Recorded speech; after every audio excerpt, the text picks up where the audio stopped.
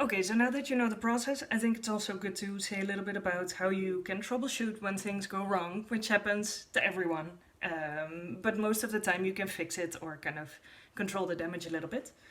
Um, so this is a very, very strong bacteria. It's not really bothered by anything. It will grow, but also other stuff might start to grow in your vessels, and this is something you want to avoid, especially if you also intend on drinking the kombucha tea that comes out.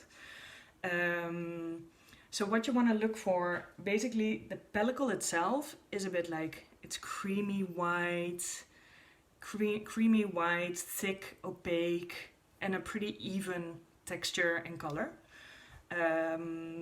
If you start to see growing stuff on it, kind of look for what you might see on stuff in your fridge that is going bad. So you know how tomatoes can get a white furry coat sometimes. If tomatoes get a white furry coat, you don't eat it anymore, it's bad.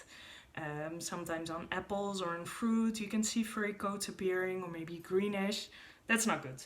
If it looks like the stuff in the fridge, like food that goes bad that you don't want to eat anymore, it's probably also bad in your kombucha. That said, sometimes your sheet might get very funny color variations. So I'll share a resource with you with a picture gallery that kind of shows how you can distinguish between a mold or a kind of a bad bed growing and just, I don't know, like a unique color deviation in a kombucha that is otherwise healthy. I think with this one you can see it quite well.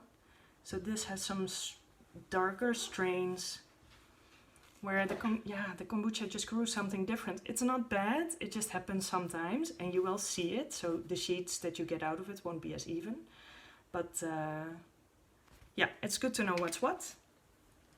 If you do get a bad batch, which happens, then I usually just take the pellicle, wash it with soap and dry it anyway, because you dry it and then there's no harm done. But I would throw away your starter, so I would throw away all the liquid. Usually we continue using the liquid as a starter for the next batch. But if it's in any way contaminated, I would throw it away and just start a new one. Then something else that can happen, if there are little peeping holes in your kombucha vessel, you might welcome fruit flies in. Fruit flies will love hanging out in your kitchen or wherever you're growing stuff.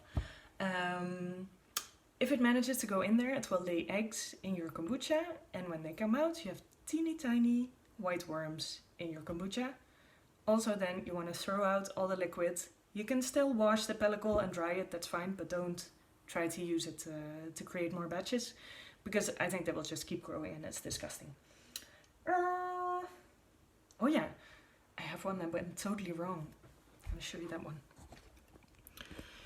Oh, let me think what I have here. I think this is a rather large hibiscus and wine, maybe?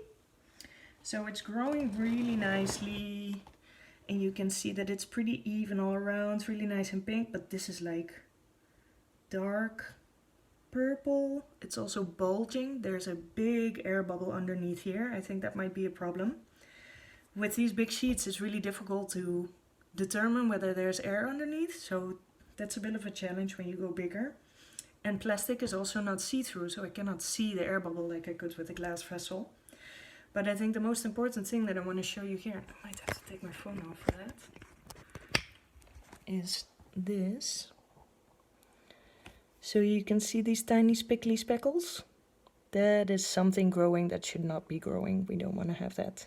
So what I'm going to do is take this pellicle out really carefully to not contaminate any of the liquid, so I can use it again.